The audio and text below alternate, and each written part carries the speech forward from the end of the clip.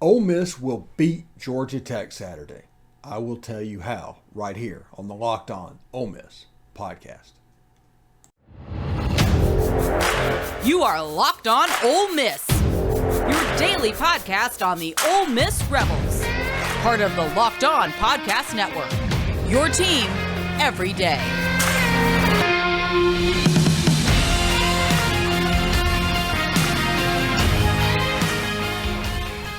All right, welcome to the show, the Locked On Ole Miss podcast. I'm your host, Stephen Willis. Thank you very much for tuning in today. I'm going to tell you how Ole Miss is going to win Saturday in this first segment. It's going to involve a little bit of what happened with Georgia Tech, Western Carolina, and a little bit of what happened with Georgia Tech and Clemson. I will let you know that in just a second. Anyway, thanks for making the Locked On Ole Miss podcast your first listen every day. We are free and available wherever you get your podcast, including YouTube. Do us a favor, subscribe to the YouTube channel, hit the bell for notifications when we upload a new video, which is quite frequently, and of course, upvote the video itself. Participate in the comments, all of that we are appreciative of. So, we're talking why Ole Miss is going to win the game Saturday. Now, I'm going to tell you a completely crazy statistic right now. Since the century started, 2000, so 22 seasons, Ole Miss is 8-11 versus versus non-SEC Power 5 teams. Which that split, that's not a horrible split, but when you break it down to this, when the game's played home or away, when the game is played on campus, Ole Miss has a 1-9 record. In neutral site games, they're 7-2. Now, a part of that is Ole Miss usually gets a Power 5 team in the bowl game. That's the neutral site. They also have done well against Texas Tech, against Louisville in these preseason games. And Florida State is one of their neutral site games that kind of got away. They're 7-2. The other is West Virginia in 2000. But that's beside the point. Georgia Tech has a supremely talented team, according to Candace Cooper, who you're going to hear about a little bit later on in this show. But they are lacking top end at the head coaching position and probably as far as the talent goes. So this is going to be the most talented team Ole Miss has faced in 2022. That goes without saying. Probably not the most well coached, but the most talented. Now, this Georgia Tech team played Clemson very well until the fourth quarter, and they got away from them. I think they ended up losing the game like 41-10 or 41-14, something like that. It ended up being a blowout, but it was like 14-10 at one point in the game, and that was in the third quarter. And then at the very end, Georgia Tech got a targeting, ran out of gas, their thinness was exposed. Clemson was able to roll against Western Carolina. The game started off a little bit differently. Now, Georgia Tech was playing on 5 days rest. This isn't necessarily a talent thing, but this is kind of a hole in the scheme thing. The running backs from Western Carolina really early on was able to influence that game. It wasn't until special teams and turnovers happened that Georgia Tech was really able to assert control. But the running backs in the passing game, which I told you in the keys yesterday, will be a major part with Zach Evans and Quinshon Judkins and Ulysses Bentley. Those guys that are truly weapons to begin with, they may have a chance in space against this Georgia Tech team. So that is two examples from Georgia Tech's previous two games. Now I'm going to tell you how it pertains to Ole Miss. The Clemson situation. This Ole Miss team might be the deepest team that Georgia Tech has played. I'll say that again. This Ole Miss team might be the deepest team that this Georgia Tech team has played. There's talent all over the field. If you are thin, you're going to have to play a lot of plays just to stay competitive, and the chance of wearing down like that Clemson game happens again. So if it's a tight game through 2.5 quarters, just be patient. The breakthrough is probably coming. And the second thing, the running backs and throwing to the backs and using them in the passing game. Western Carolina used that effectively, and they did not have anybody near the level of Zach Evans, like Quinshon Judkins, like Ulysses Bentley. Think about this. Ole Miss's third-string running back was All-American Conference last year. absolutely insane. Those two things are going to be the major keys of this game. Now, I want to see line play, as we all do, and I want to see us be operationally clean. Substitutions, lining up, no procedure penalties, no turnovers. I want to see that clean, because if those two get a little wonky, the first two gets a little bit less, it lessens them. So Ole Miss has a chance to beat Georgia Tech, and will beat Georgia Tech, I do believe.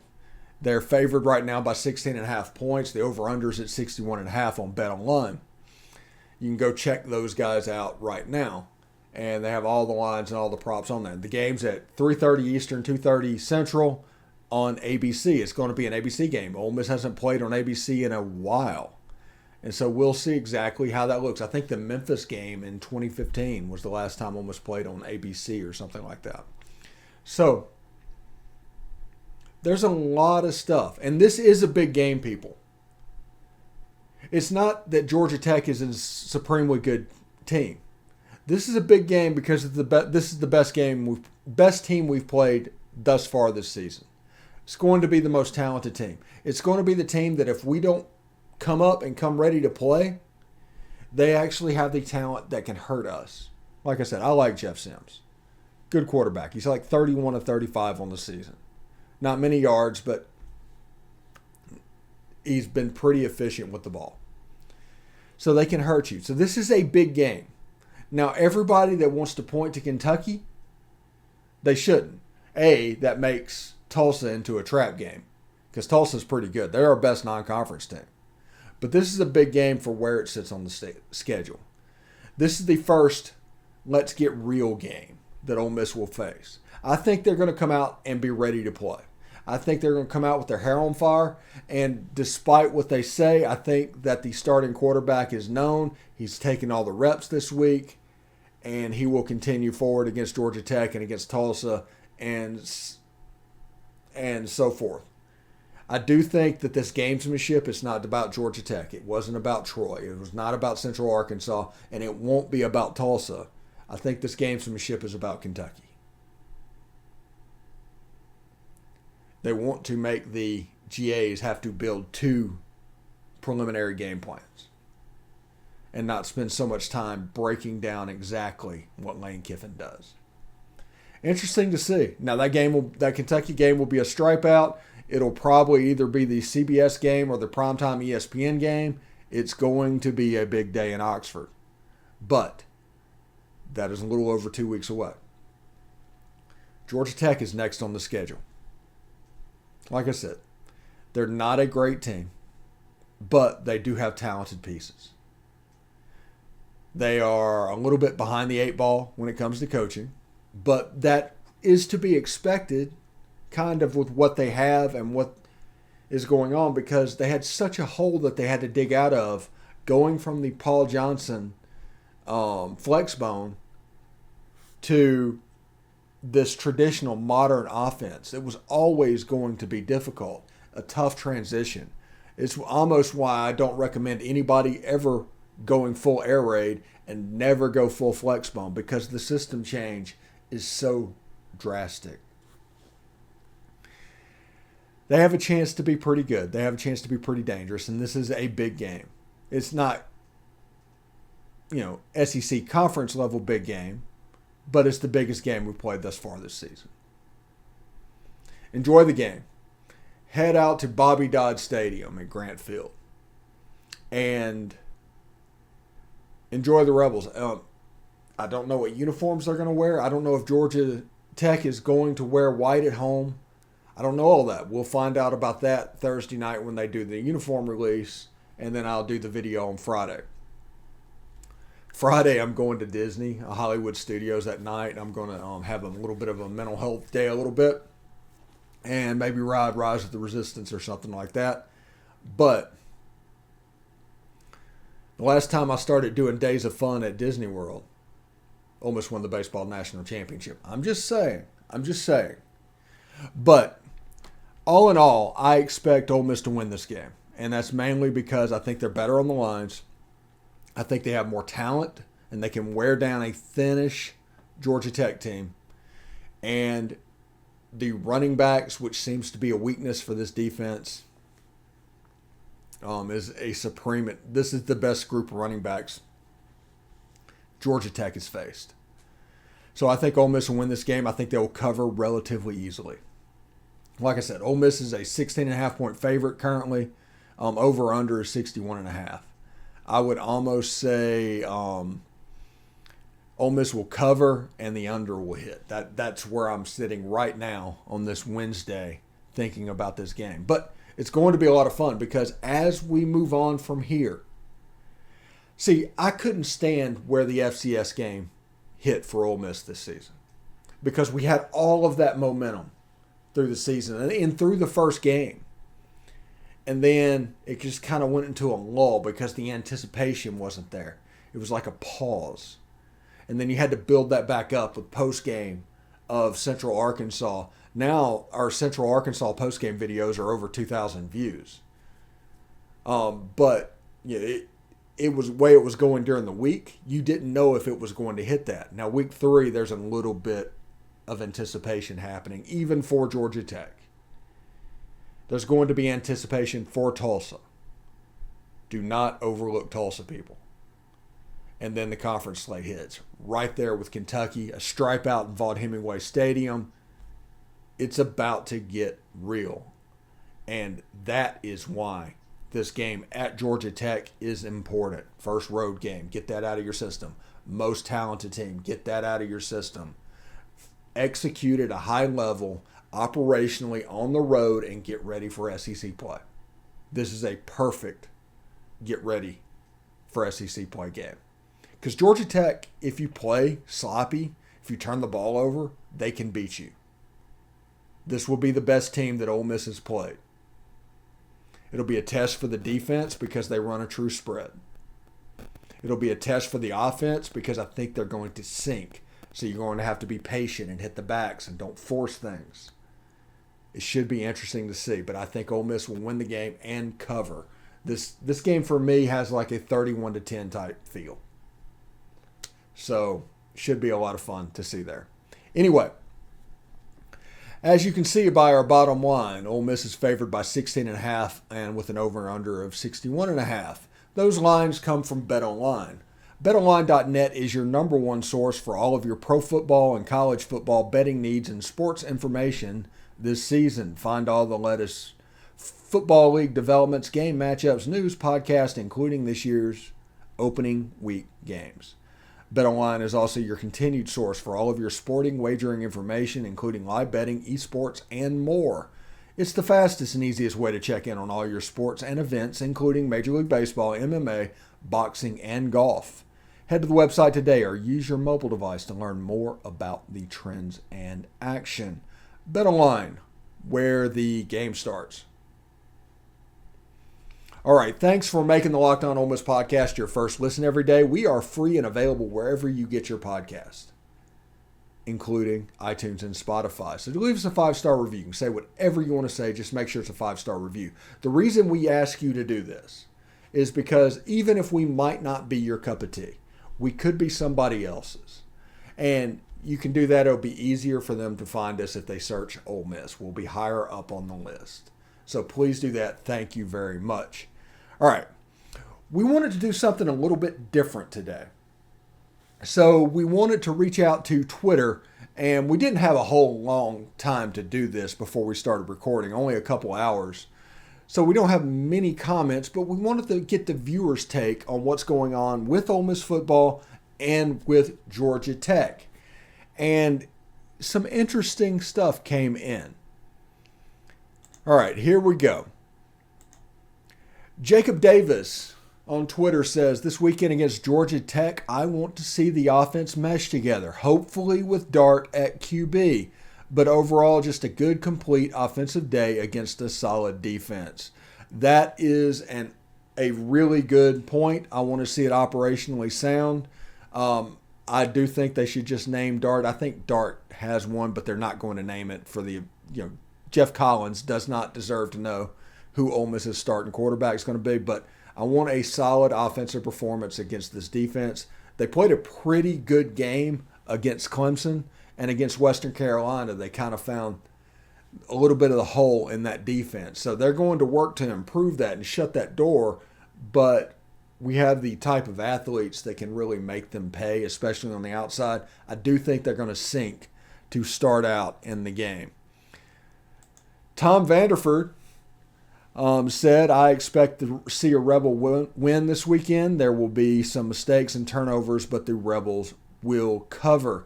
I kind of agree with that as well. No matter who plays quarterback, there's going to be bad throws.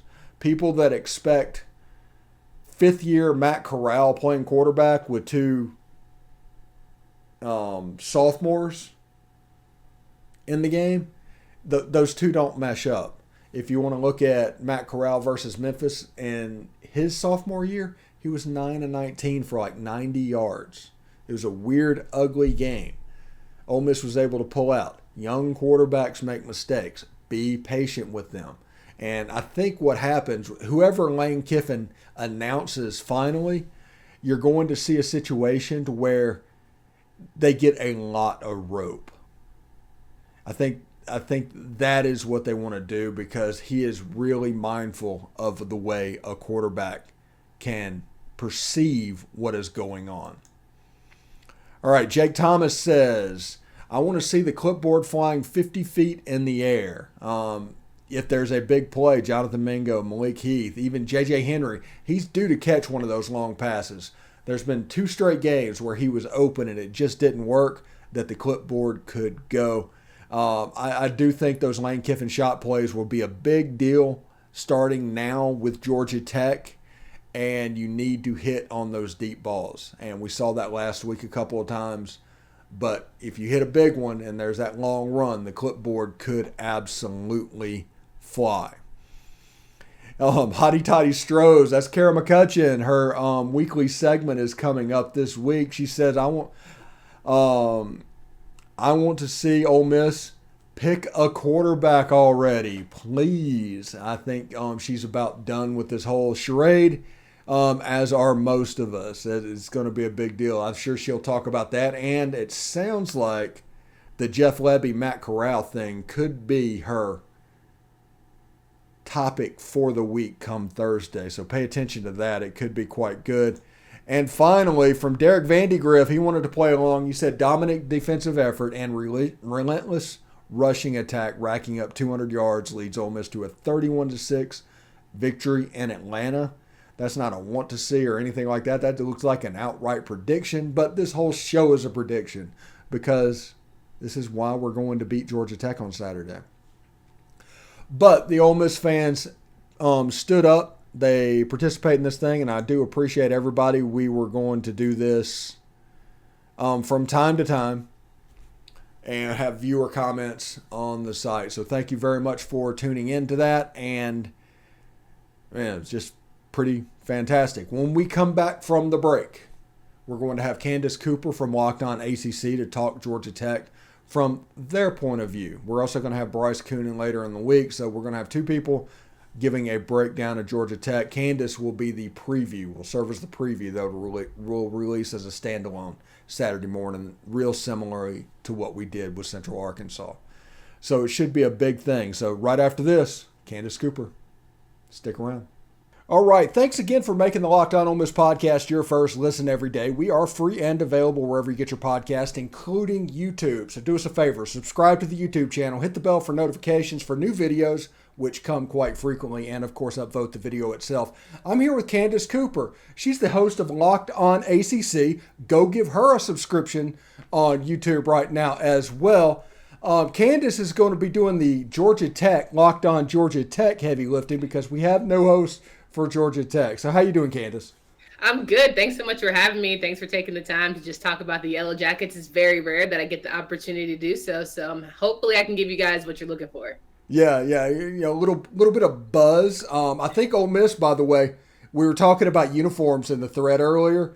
Ole Miss may be going Stormtrooper for the first time in 4 or 5 years in this game. Nice. So I'm bringing out all the stops for this one. Okay. Yeah. And believe it or not, I have a video on my YouTube page about the history of the Ole Miss Georgia Tech series. Okay. It goes back to the 40s to basically Bobby Dodd refused to come to Mississippi and play. And then after they left the SEC and they tried to get back in, Ole Miss and Mississippi State would not vote to bring Georgia Tech back into the league. It's It always comes down to pettiness. It really does. always pettiness. But we talked about that. Anyway, Ole Miss's game notes was a little bit wrong. They had on there Jeff Sims was 31 for 35, but it's actually 31 for 53. Tell me a little bit about Jeff Sims. What can we expect? Jeff Sims has all the talent in the world. I think that he is not always put in the position to be most successful. I think it comes from higher up, from the offensive coordinator, Chip Long, and you look at Jeff Collins and leadership standpoint. I think that Jeff Sims just hasn't always been in the right, play calling, situation, or just having to do the most and play hero ball. Like last season, he had Jahmyr Gibbs to bail him out of a lot of situations. This year, he's leaning a lot on Dante Smith, his running back, to help him out. And he has great legs himself, has an incredible arm.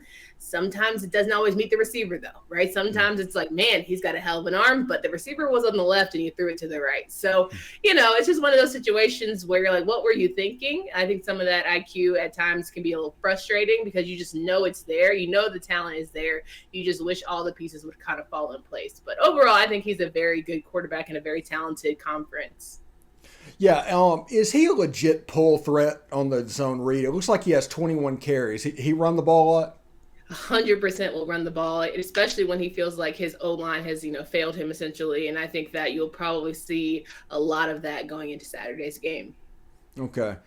So let's move over to the other side of the ball. Talk a little bit about the Yellow Jacket defense. What can we expect from Georgia Tech moving forward?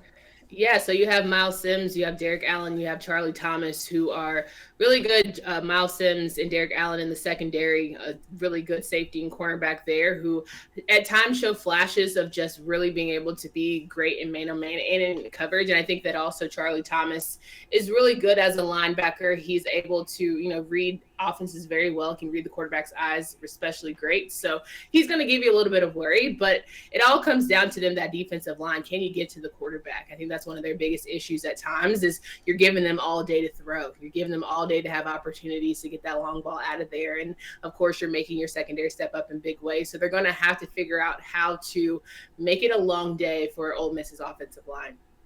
Yeah, absolutely. And looking at that defense, they played 40 minutes of really good ball against Clemson. And then the last 20 minutes, it kind of got away from them. What do you think happened there?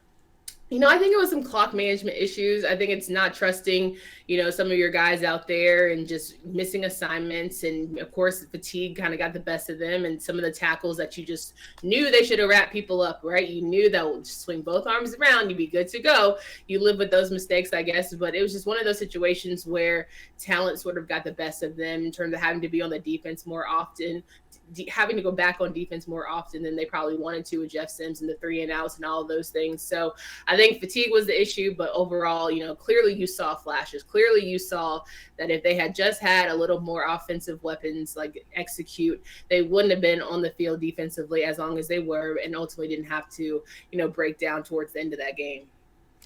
What do you think the Georgia Tech defense Achilles heel is when the offense comes in? What can get to them a little bit? I don't think that it's the players, like respectfully. I don't think that it's a player issue. I think, of course, the offensive line certainly, breaks down a little more often. They don't give Jeff enough time to throw that ball, but it really is top down to me. I think it's just a leadership issue. First year I went to ACC kickoff, I was ready to run through a brick wall for Jeff Collins. I was like, this is my guy. He is giving me that energy that he's ready to take over Atlanta. Atlanta's fun.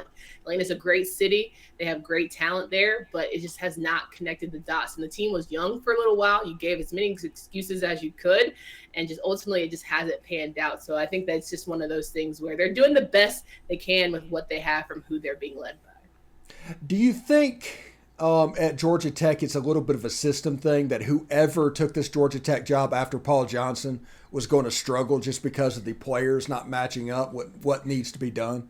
1,000%. And I think I'm so used to seeing the triple option of Georgia Tech and, having that run and gun and having really great running backs and really tall and big receivers. We haven't seen that in a long time. And, they have a couple of tight ends that do enough, but when it comes to like blocking skill sets and all those, you miss those fundamental pieces that I think aren't taught well for them. Okay. Now, who are some players that we need to look out for Georgia Tech? It's really, again, I go back to Jeff Sims. He's going to be great. I think Dante Smith is going to be excellent in terms of being a running back. He put up 102 yards against Western Carolina, and they were finally able to move the ball nicely. But other than that, nobody's going to have this like amazing breakout game, in my opinion. Like, I think it's going to be either it's going to be a collective front where everyone just does well together. They're able to get into the trenches and really battle and beat Ole Miss's offensive line. There it is. And able to get to the quarterback and give him a little bit of a scurry. Other than that, it's going to be a long day for them. And I hate that for the ACC, but I've made peace with it. Yeah. And what I'm talking about all day, and just so you know, this podcast is titled Why Ole Miss Will Win the Game. So just a heads up, I think for Georgia Tech to actually come through and really give stiff resistance to this game, Jeff Sims has to have a Stephen Garcia versus Alabama type game. Is there any other way that you see? If they come in and punch them in the mouth, I think that's going to be the biggest thing. If you come in early, you score quickly, and you never let them feel like they can be comfortable throughout the game, Georgia Tech has a chance. I mean, last year they almost beat Clemson. It just came down to some couple plays. This season, it came down to fatigue. I feel like if you just stay in the game and not let it get away from you, but also with Coach Collins, if you take some chances, right? If it's 4th and short, are you going to trust that Dante Smith and that offensive line can push the ball forward? You're going to have to take some risk, high risk, high reward scenario, especially against a really good Ole Miss team like this. If you don't take the chances, it's going to be a long day. Okay, let's change gears a little bit. What is the game day experience like at Georgia Tech? Oh, man. I mean, it's Atlanta, right? It's 404. It's big energy. It's very hype. They got the old school, it's not a truck. It's more of like the proper name is not there. It's, missing me. But it's a lot of high energy. It's a lot of just really wanting this rally around this team. It's a lot of nerds. So they're just like, listen, we like football, I guess. There are a lot of tech mathematicians who just need a break, and they're ready to cheer on Georgia Tech. But it's high energy because the city gets behind the squad, and they don't have, of course they have the pro teams, but there's nothing like that college football experience. And I think for Georgia Tech, they've really brought that. And they kind of give a little SEC action, but not as much. Well, what do you think moving forward, like Georgia Tech, after not just counting this Ole Miss game, in the next year or two, what will it take for them to get back? Man, they got to get some good leadership. I think they got to get some consistent leader who comes in and really disciplines the team, and then make sure that if nothing else, the fundamentals are squared away, because the talent is there. That you have the great regions for getting talent. I mean, Georgia clearly can bring in a lot of people from there, but you have like that southern region to identify really good players. So they're going to have to figure out. I'm not saying Coach Collins gonna be fired, but he's writing those, like, this new theme now where it's like quiet quitting. Like, I feel like he's doing that. I don't know. I feel like for some reason he's just slowly like, I'm not gonna execute this play correctly. I'm like, all right, like, do you want to be here? What's the buyout? Like, I think the best job in college football is getting a buyout, getting fired, and getting paid. So, what I want for Georgia Tech is just to really get a better leader in place in order to help them capitalize on the talent that they have. Because they do have really good talent. They just don't have the person who can help them best execute. They've recruited fairly well. And on your quiet quitting thing, by the way, I got into the car yesterday and NPR was doing a story on that. And the headline on NPR was, if you quiet quit, you may not get the promotion you were working for. And it's like, no. What? His water is wet. Did you feel like you felt like, honestly, at the end of the day, you're probably brilliant. You probably could say something as simple as that and people think you're so profound, honestly. That's just where we're at in this world. It's like, if you're quiet quitting, you're probably not going for a promotion. I mean, hello. Like, very simple, but yet people probably listen to that like, you don't say. Or like, maybe I should just lean back on my quiet quitting. I shouldn't go full steam, Yeah. Yeah. Either way, Candace, thank you very much for stopping by. Of course.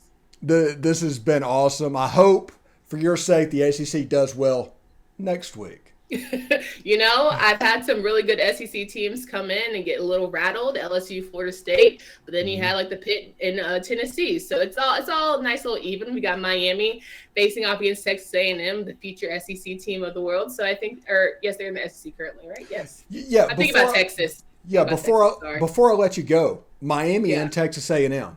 Does Yes. Miami have a shot in that game? Absolutely have a shot.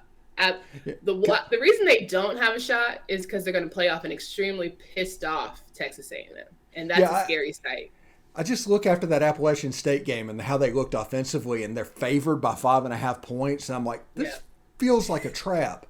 Feels like a trap, and I think Miami is quietly, like we love that word today, is quietly showing that they have the talent in Tyler Van Dyke, and they have the defense that's stepping up in big ways and not allowing for a lot of points from opponents. And I feel like Mario Cristobal came in and he really established that discipline that they've been missing from like when Manny Diaz was there.